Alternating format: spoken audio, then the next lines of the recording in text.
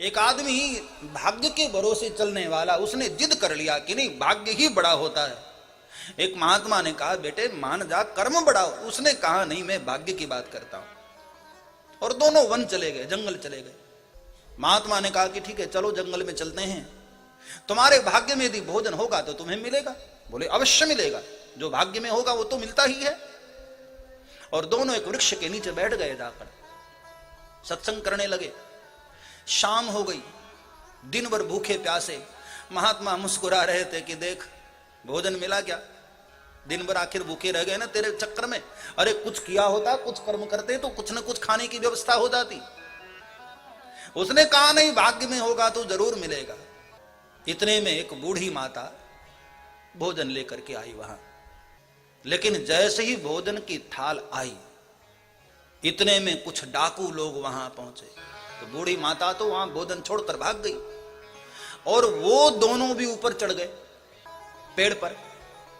अब भोजन की थाल नीचे है, भूख भी लगी है, लेकिन भोजन कर नहीं पा रहे। डाकू लोग आ गए। डाकू लोगों ने देखा कि भोजन की थाली तो है, लेकिन आसपास कोई आदमी नहीं, कौन लाया? तो सरदार ने कहा कि बेटे मुझे ऐसा लगता है कि ये दुश्मनों की चाल है। किसी को पता लग गया है कि हम लोग यहां विश्राम करते हैं और विष मिला हुआ भोजन किसी में इसमें मिलाकर यहां रख दिया है, जरूर आसपास कोई होगा। खोजने लगे, यहां वहां देखा। इतने में एक की नजर, ओहो ये दो बैठे हैं यहां। डाकुओं ने कहा उतर नीचे, हमको मारना चाहता है, चल बेटे भोजन तू कर। ये सारा भोजन तू खाकर दिखा, मुझे मारने की प्लानिंग से आया था। तो वो लड़का जो कर्म के भरोसे चलने वाला था, भाग्य के भरोसे, बड़ा मुस्कुराने लगा।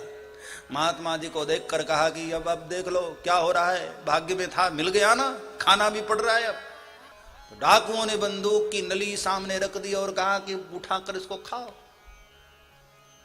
तो दोनों ने उठाकर भोजन किया और दोनों मुस्कुरा रहे। वो लड़का भी मुस्कुरा रहा, महात्मा जी भी मुस्कुरा रहे। बाद में जब डकैत लोग वहां से चले गए तो दोनों ने अपनी अपनी बात रखी। लड़के ने कहा कहो महाराज अब तो मेरी बात मानोगे ना, भाग्य में था इसलिए मिल गया।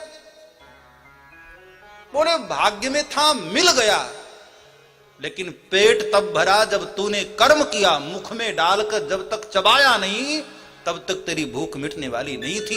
इतना कर्म किया, बाद में तुझे शुदा शांत हुई तेरी। डाउनलोड मौज।